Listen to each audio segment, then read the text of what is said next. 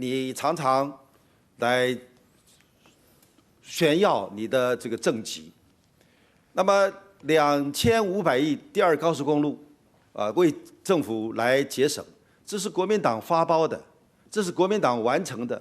你那个时候路也不是你修的，这个钱也不是你花的，你为什么有这个能力呢？就是说还没有就任就能够替政府省下来2500亿，你这样子的一个讲法，我们已经都公告了，然后还继续不断的在这里所以是可以说是欺骗全国的人民，这是怎么样子一回事？你能不能够借这个机会来说明一下？另外就是打消呆账，你的时候呆账已经高升到8.04%，国民党的时候只有4.8%，呆账是你造成的。呆账要你来解决。好，谢谢，请陈水扁先生回答，时间2分半。呆账会1个月造成吗？呆账会1年造成吗？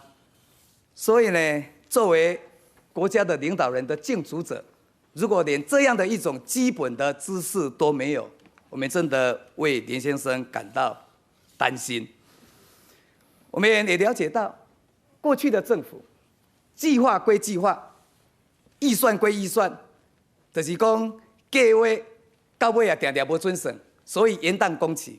预算起处按半了，所以像核1厂、核2厂、核3厂，如果连先生你再去看过去的资料，可能你忘记了，不是增加2倍的预算，不然就是增加3倍的预算。迄几啊百亿呢？迄拢总是咱的血汗钱呢？为什么我们认为当年核定5200亿的2高预算，经过我们在最后的4年继续执行，没有变更设计，没有追加预算，能够结余2500亿，你还不感谢我，你还要邀功说这是你做的事情，我是觉得罪有公道。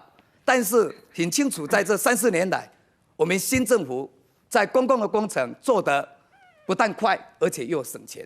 就像大高雄地区水质的改善，本来想花150亿，最后只花了109亿，不到3年的时间。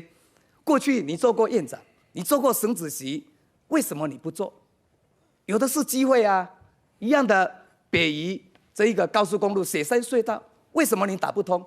做了9年打不通，我们打通了呢？你知道不知道？明年就要通车了呢。中科你也了解要批建一个科学园区，如果说不是5年，也要3年呢。我们从挂牌到这一个友达第1家进驻来动土兴建，我们只花了10个月又5天，这一种高度的执行力，难道你完全都没有听到吗？纵使你不愿意去了解，也应该会听到。听到了以后，你可以问你很多的朋友，我有碰风无？有影无？还是讲我黑白讲的？我是觉得这一点呢非常的这一个重要。我还是觉得要作为一个国家的领导人，很多的事情看问题不要看一半，我要看清楚一点。谢谢。